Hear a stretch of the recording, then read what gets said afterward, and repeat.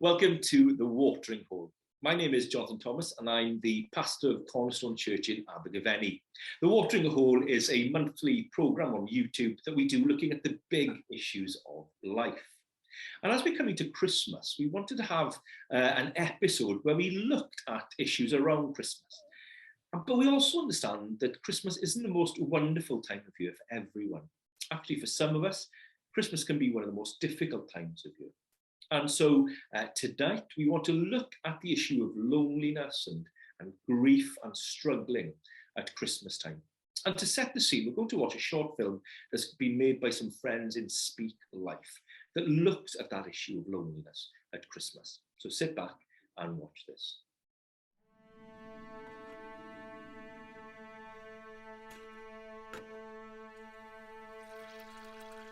Oh come, Emmanuel,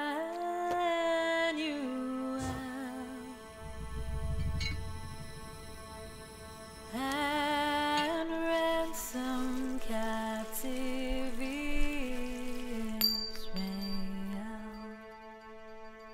that mourns in lonely exile here, until the Son of God appear.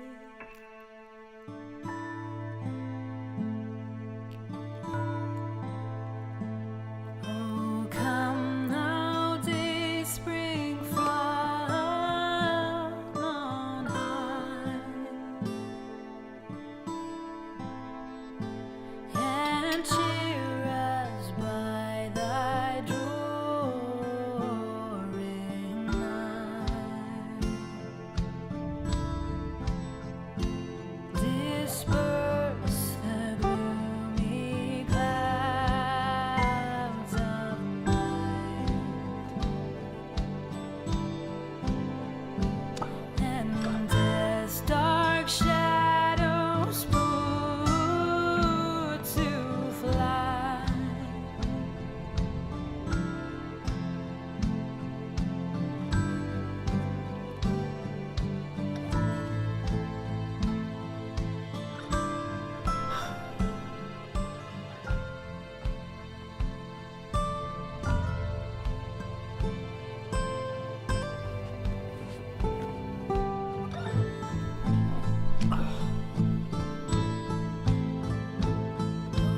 come now, Key of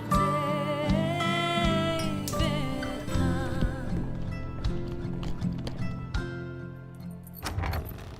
and open wide our heavenly home.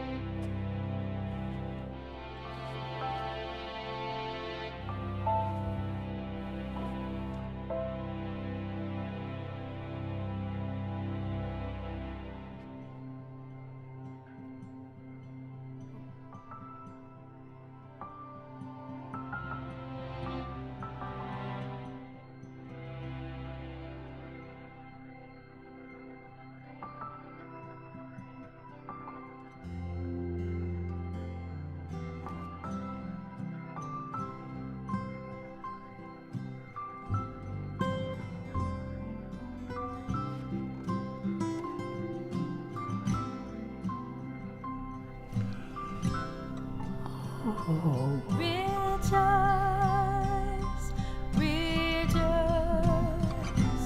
Emmanuel shall come to thee, shall come to thee, shall come to thee.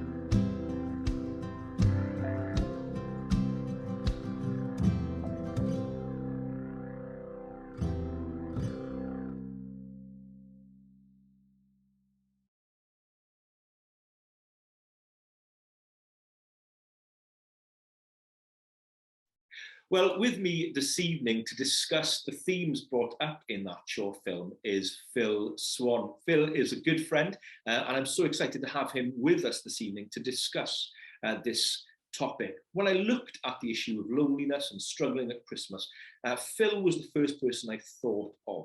But Phil, for people who perhaps haven't met you before, who are you, where are you from? Tell us a little bit about yourself.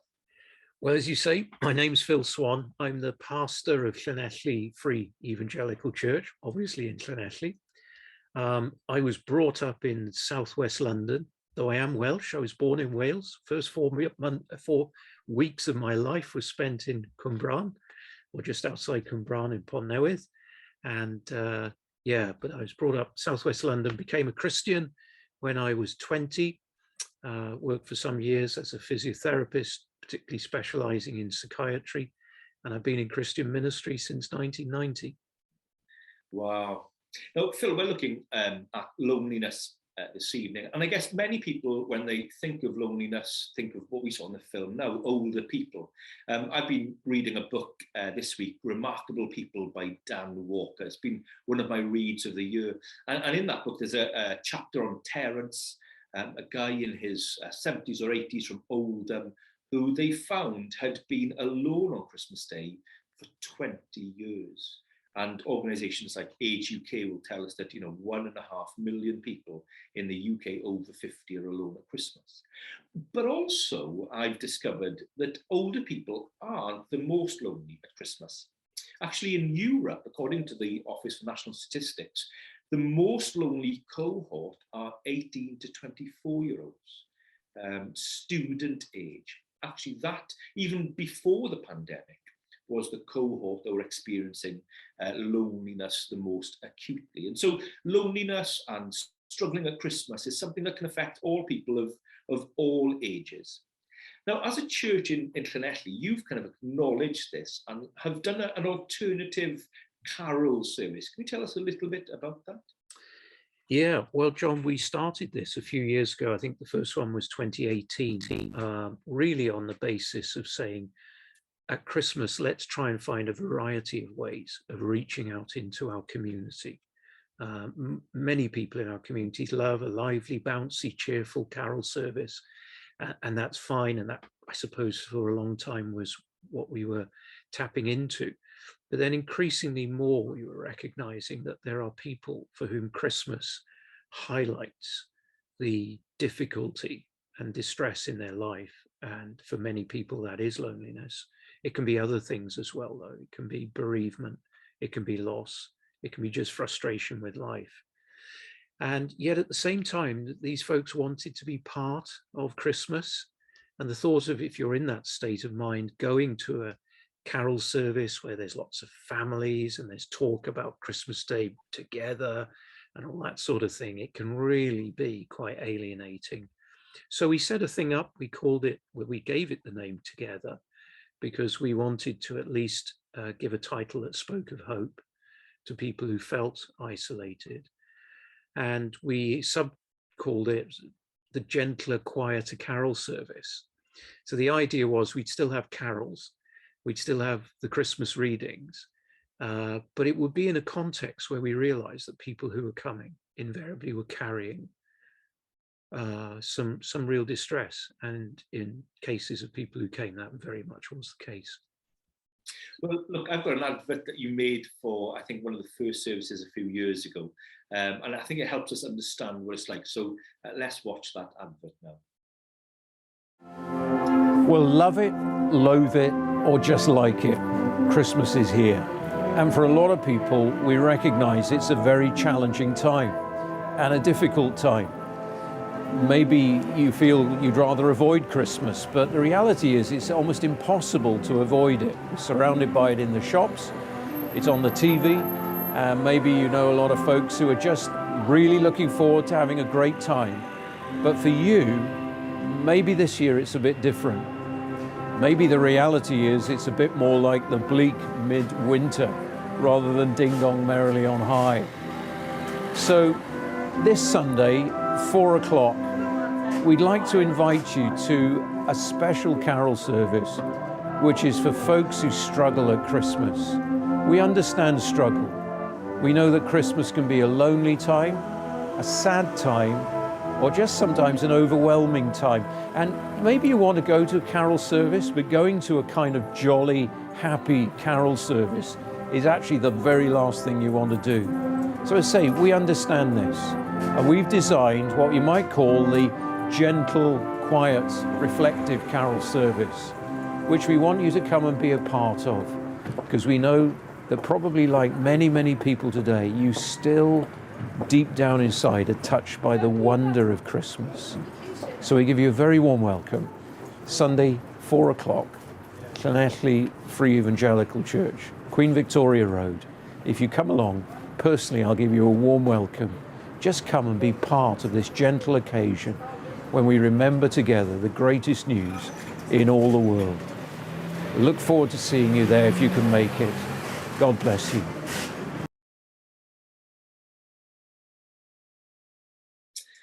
Phil, it was great to watch that advert, and I love the idea of the carol service. But I've got a question for you. Where did the idea come from? Why did you start doing it? Well, I think probably there were two sources. One was recognizing we really should be trying to reach out far more to broken people. And Christmas exposes that in people's lives, but not always in an obvious way. So there was that desire, and that intention was there. And then I was chatting through with my friend Catherine Haddow, I think you've had on the Watering Hole before. Yeah. And she was telling me that the year before, I think it was 2017, they'd done a carol service along these lines. They called theirs Side by Side. And she said it was really good, you ought to try it. So that sort of gave me the opportunity to break the inertia and step out and do it. So we laid on this carol service. We changed the time. We put it, I think it was 4 o'clock. I don't know why. We just thought changing it suggests it's different again. I had one of the women in the church to lead the service and take us through everything. It was just herself and myself. And in fairness, she had really bought in brilliantly to the concept first. So it wasn't just working off a script or something like that. We read a couple of poems, which had come to us from Catherine, actually. I think some of her clients who'd struggled at Christmas and had battled through, had written these poems, which were really quite moving. And we had a few carols, just a few readings. And I spoke, I think, for about 10 minutes or so on Emmanuel, God with us, emphasizing the compassion of Christ as seen in his humanity and identification with us.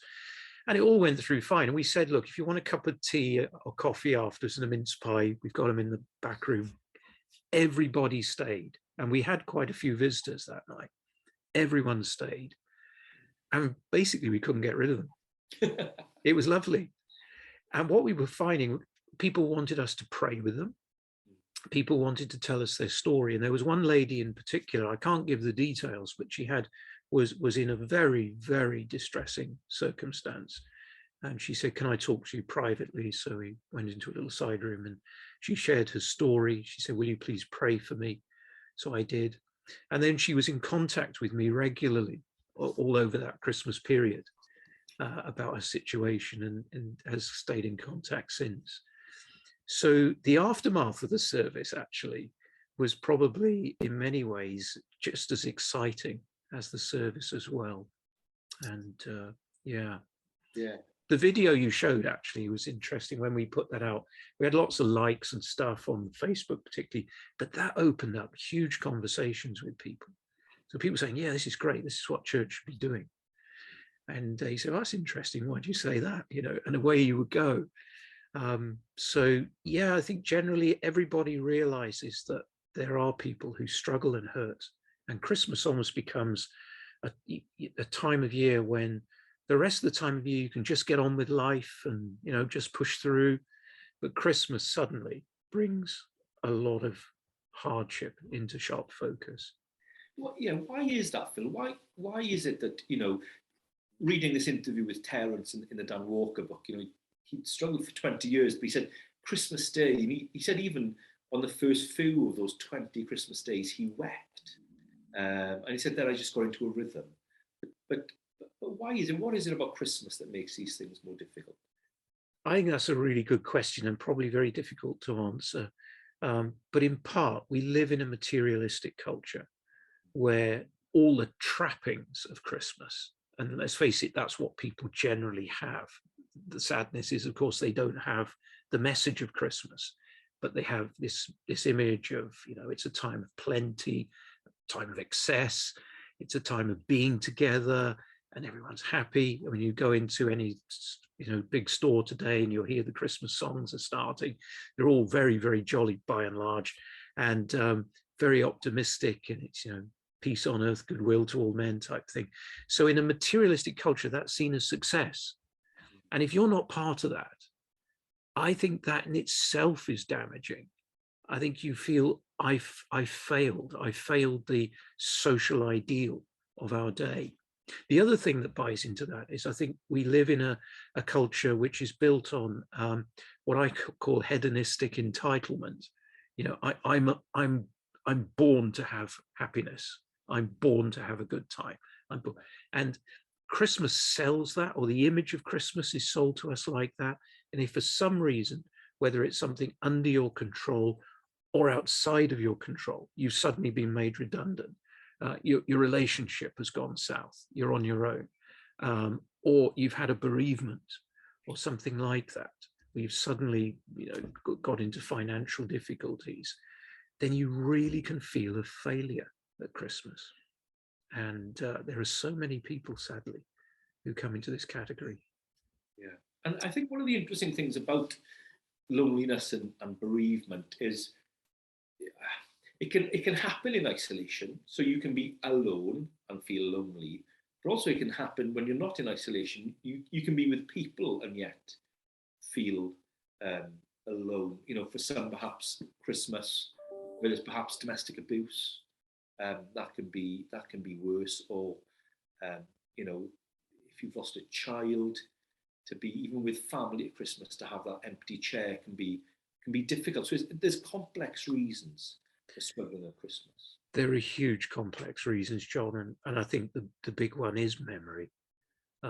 So it highlights, ironically, Christmas highlights what we don't have.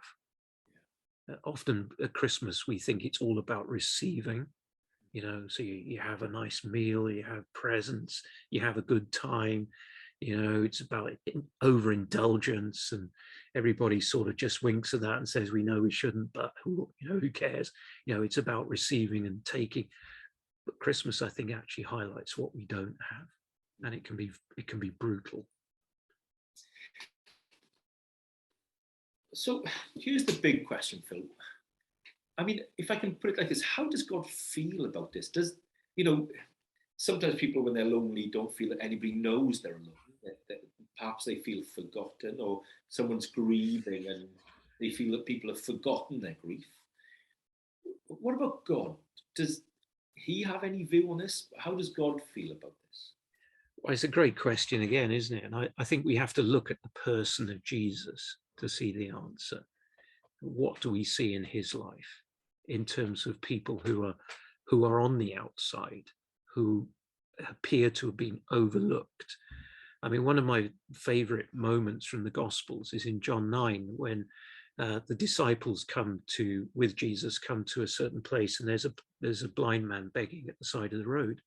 And the disciples say, well, who sinned, this man or his parents? It was a given. He's like this because somebody sinned. So it's either him or it's his parents. So, who was it that he was born blind? And Jesus says, neither. And there's an interesting discussion, things happen, and if you work your way through John 9, you can read it for yourself. Really, it's quite an exciting story. But it ends up that Jesus heals this man, and as a result of that, the religious authorities turn on him. Worse than that, his parents reject him. So the religious authorities bring his parents in and say, well, what have you got to say? And they say basically, well, don't ask us, ask him, he's old enough. And then you read, it's an incredible moment where you read in John 9, and they threw him out. So he's thrown out the synagogue, which is like a social death sentence. If you're out the synagogue, you've been thrown out of society. The very next thing we read is that Jesus heard that they had thrown him out. And then it says, and when he had found him. And I just think that's incredibly moving. That, you know, in his humanity, he had to search for him. So where is this? Does anybody know where he is? Where does he live? Where does he normally hang out? So he went and found him. And I think encapsulated in that is Jesus's attitude to the lonely and to the outcast. It's interesting that the concept of loneliness is not particularly overt in Scripture, but the reality is the emphasis is much more on the outcast or the oppressed.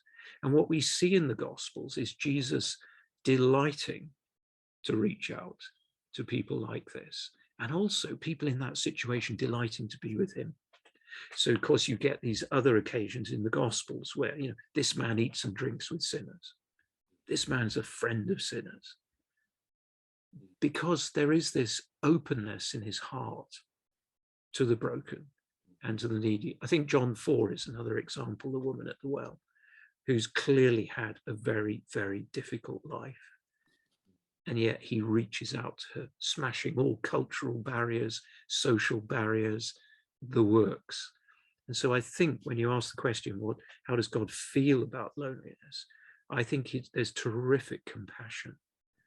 Again, on one occasion, Jesus lands on the seashore in the Galilee region. He's exhausted. He's very, very tired. From the context, he's been visiting loads of villages and just crowds are coming.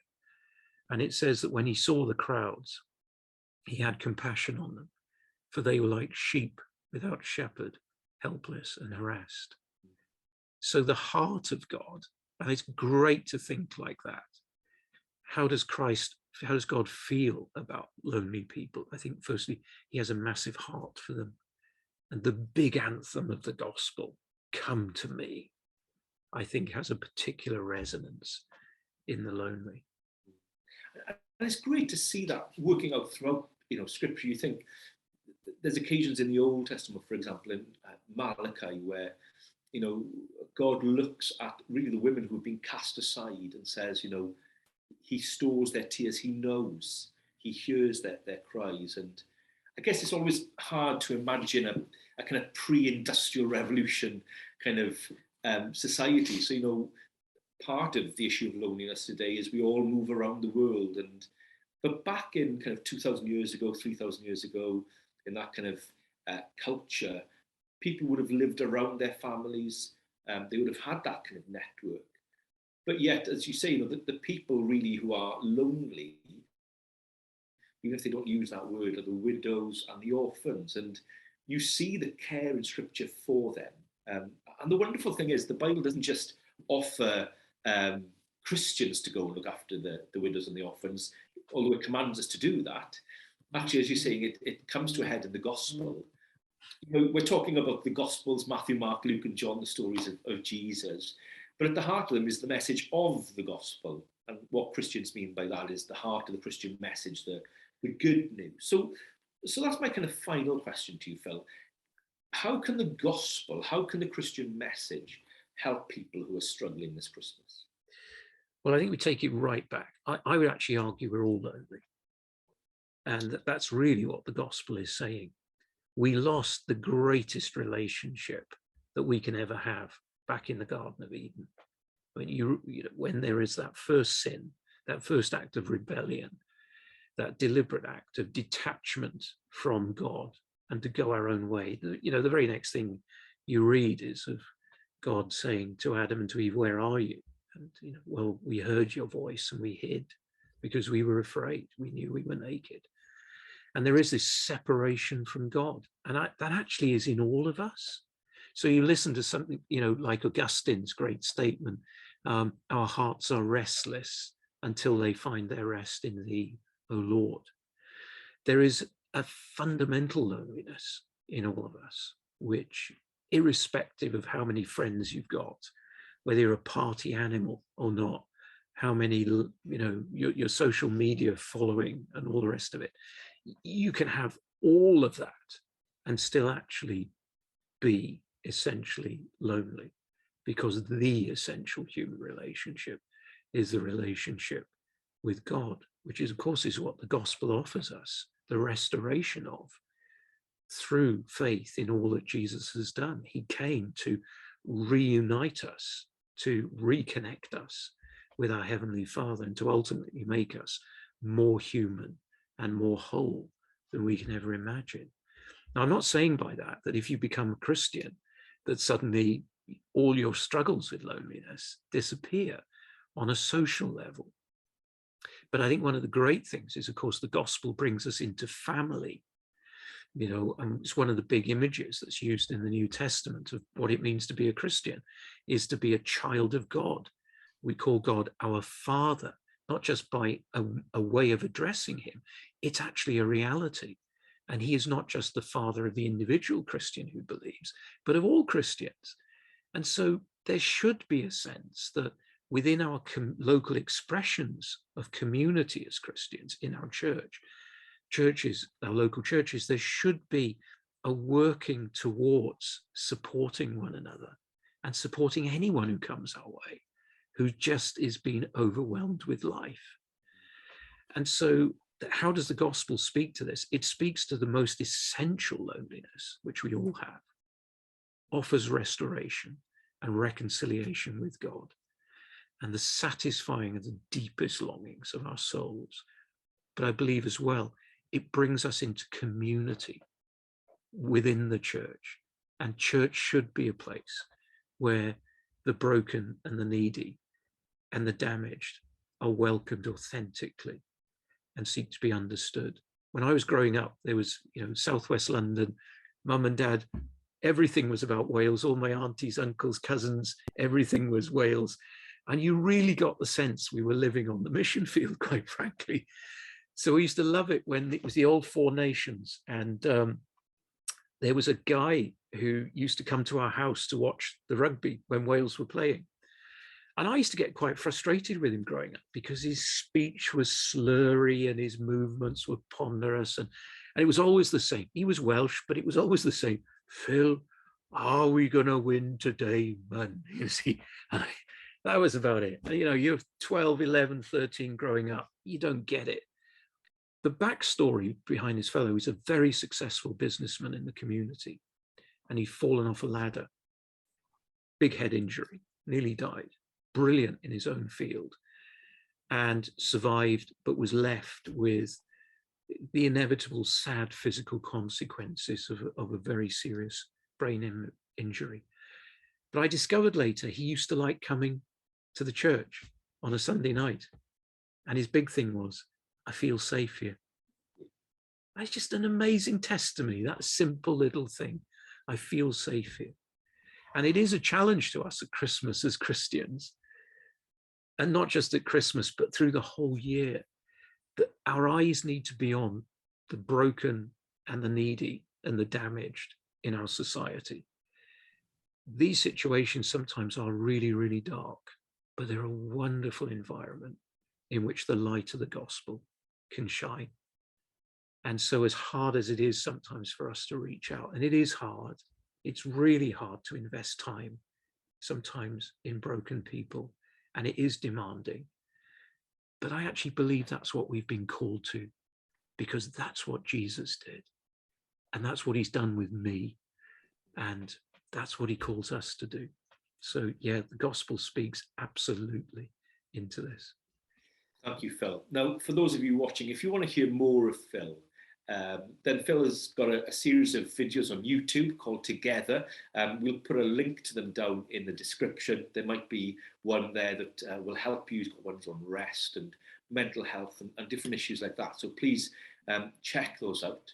But as well, if you'd like to hear more about the Christian message, next weekend on Sunday the 12th here on YouTube, we've got a 30-minute Christmas from Abergavenny special. We'll be walking you around Abergavenny, showing you the lights, meeting some people who've got some extraordinary stories, singing some beautiful carols, and just bringing Christmas to your home, particularly if you can't get out at the moment. But if you are able to come out, we would love to see you in Cornerstone Church. On Sunday, the 19th of December in the morning, we've got a carol service up in Dairyview Primary School. That's where we meet. And if you come on the morning, the 19th, we've got a brass ensemble and we'll have a lovely carol service there. We're also there on Christmas Day at 10 o'clock. So if you are alone on Christmas Day, why not come out? Meet us. I'd love to welcome you, love to meet you. It'll be a little bit noisy with kids, but it'll be a wonderful, wonderful time. We'd love to see you there. And finally, if there is any way as a church we can help you, please reach out to us. You can go to our website, abercec.org. You're welcome to come to our church on a Sunday, 10:30 in Dairyview, any Sunday morning. We would love to see you there. And please feel free to contact us in any of those ways. Phil, once again, thank you so much for joining us. We hope you have a good Christmas, and hopefully we'll see you again soon. Thank you, everybody. Goodbye.